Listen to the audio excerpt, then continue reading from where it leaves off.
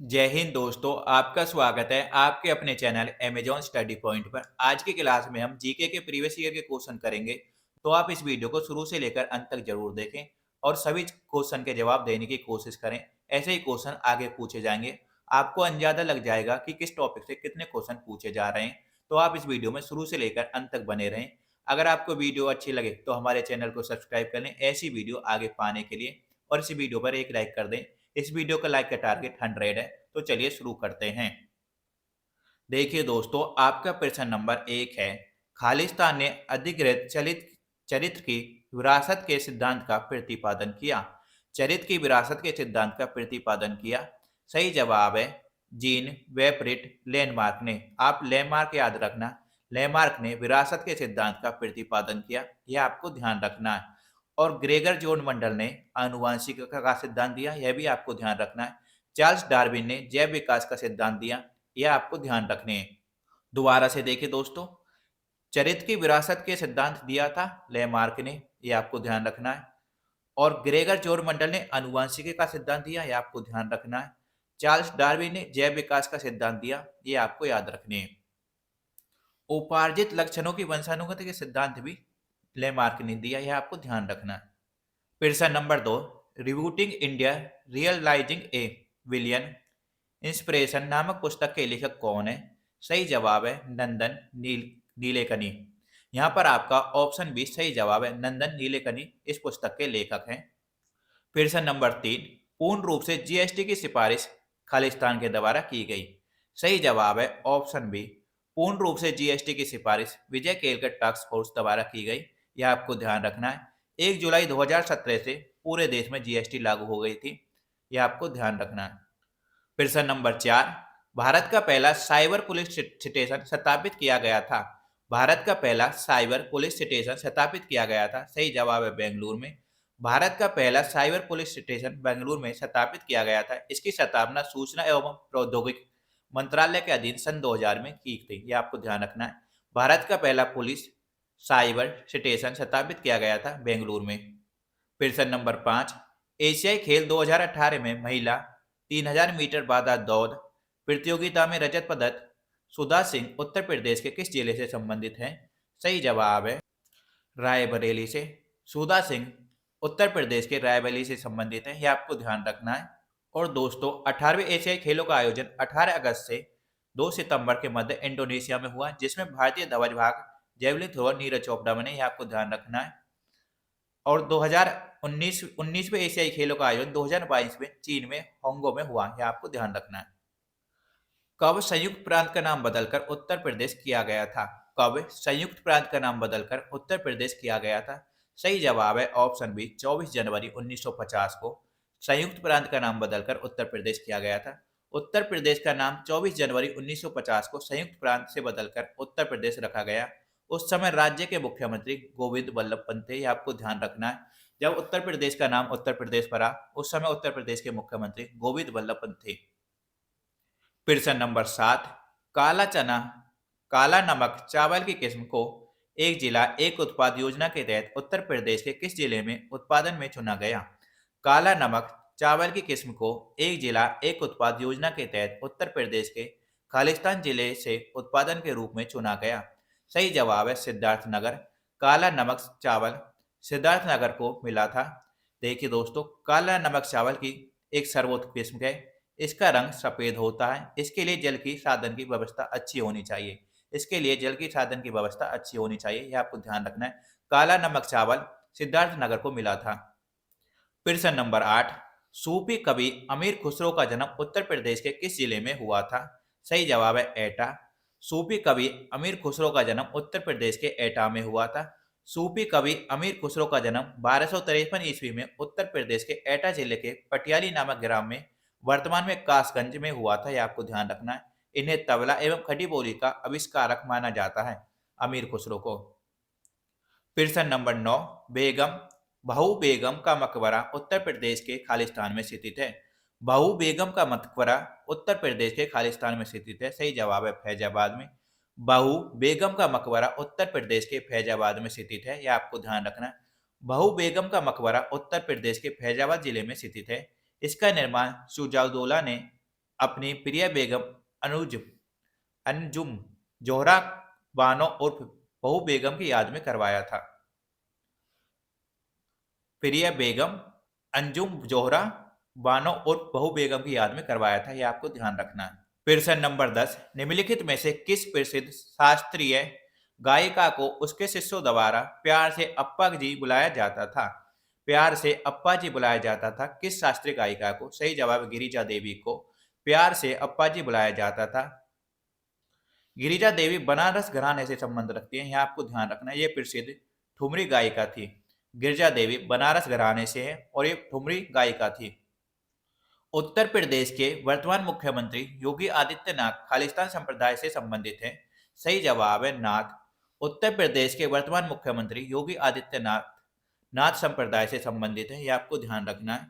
देखिए दोस्तों, इनके बारे में डिटेल। योगी आदित्यनाथ का मूल नाम अजय सिंह बिष्ट है। योगी आदित्यनाथ का मूल नाम अजय सिंह बिष्ट है। इनका जन्म 5 जून 1972 में उत्तराखंड के पौड़ी गढ़वाल जिले में हुआ था। 5 जून 1972 को उत्तराखंड के पौड़ी गढ़वाल जिले में हुआ था।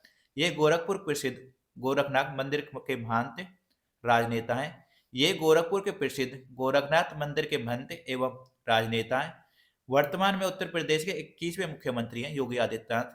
ये हिंदू युवाओं के सामाजिक, सांस्कृतिक और राष्ट्रवादी समूह के हिंदू वाहिनी के संस्थापक भी हैं। इनका संबंध नाथ संप्रदाय से है, यह आपको ध्यान रखना है।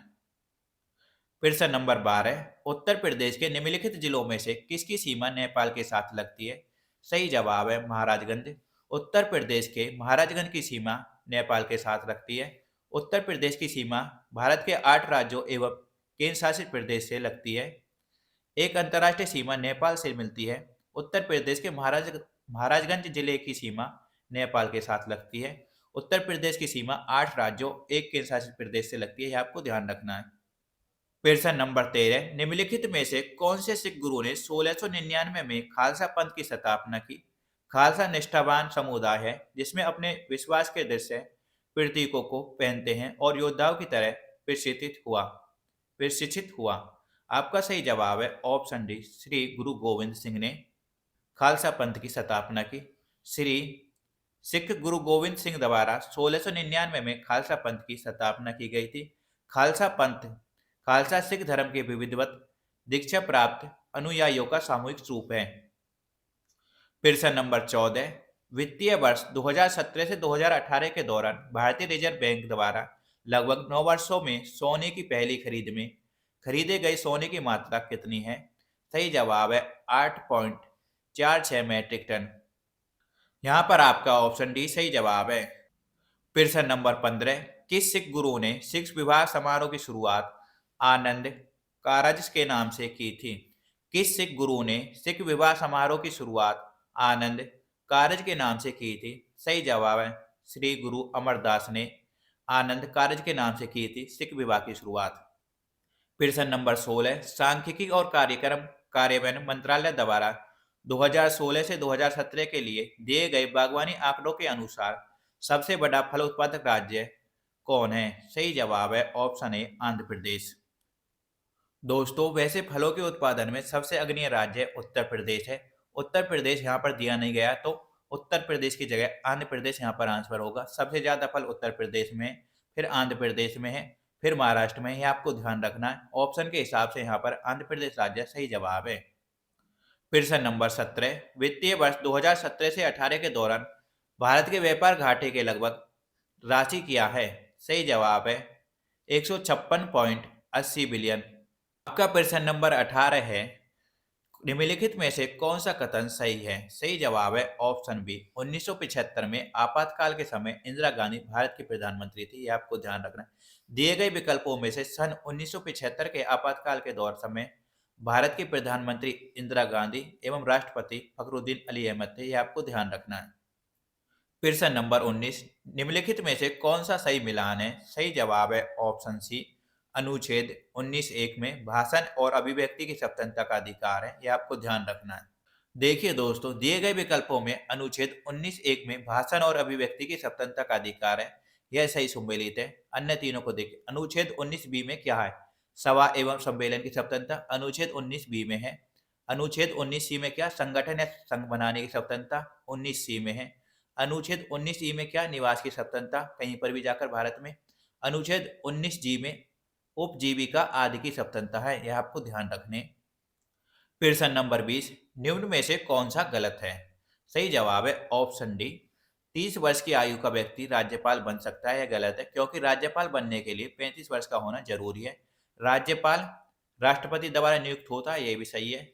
राष्ट्रपति के पश्चात पर्यंत राज्यपाल का कार्यकाल रहता है, ये भी सही है। राज्यपाल राष्ट्रपति को अपने त्याग पर सौंपता है, ये भी सही है। यहाँ पर यह गलत है और हमें गलत ही बताना है।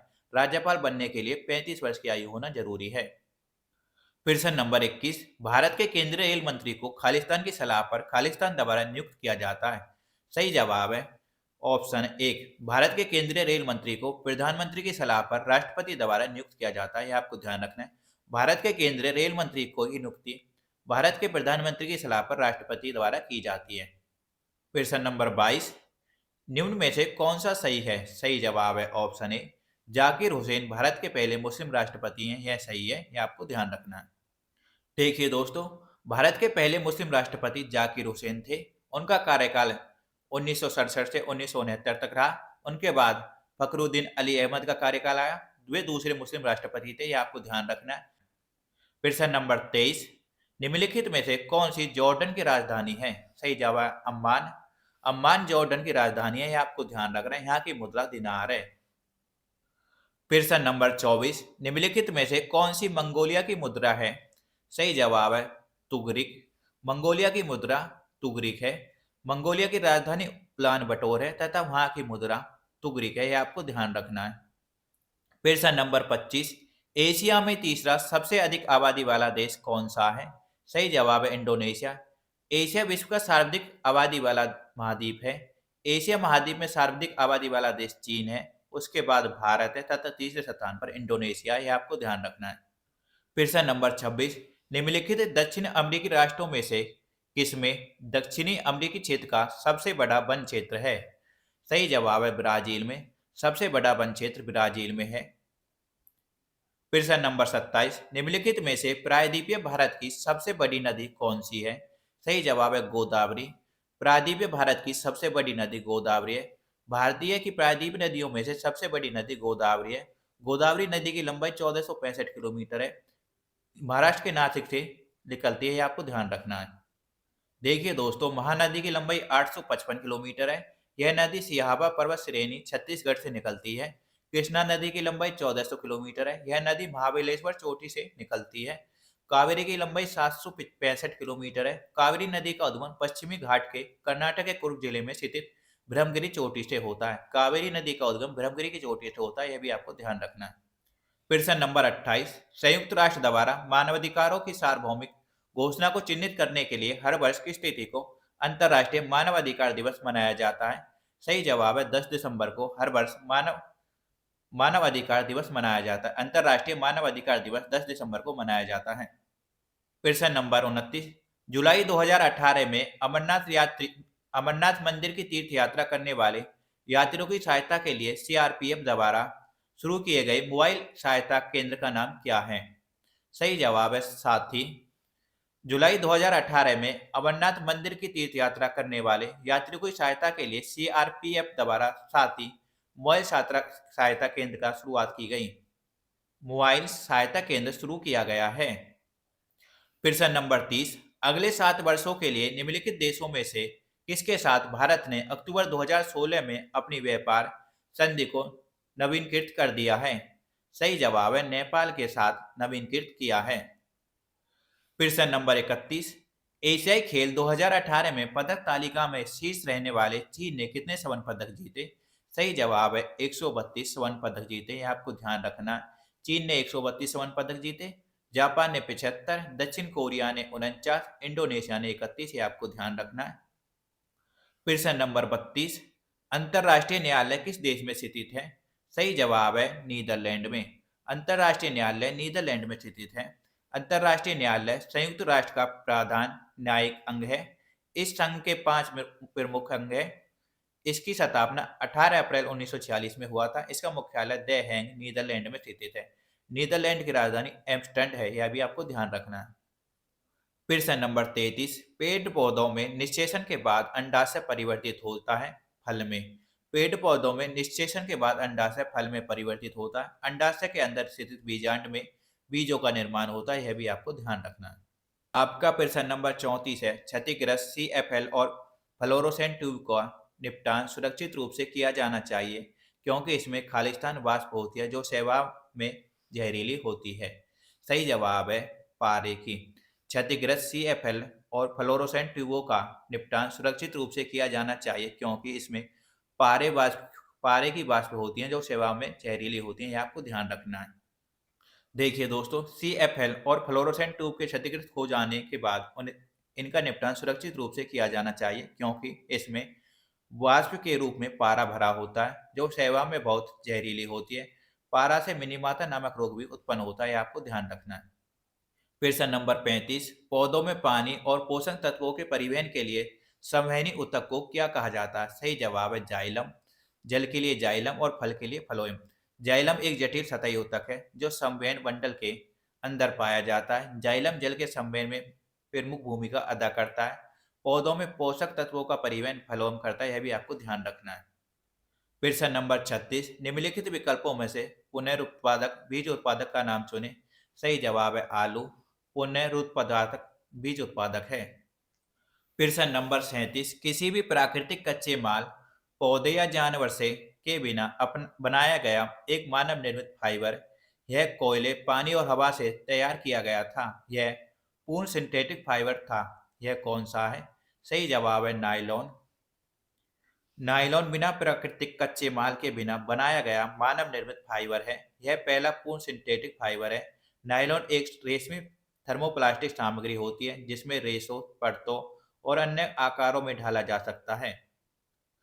विश्व हिंदी दिवस खालिस्तान को मनाया जाता है।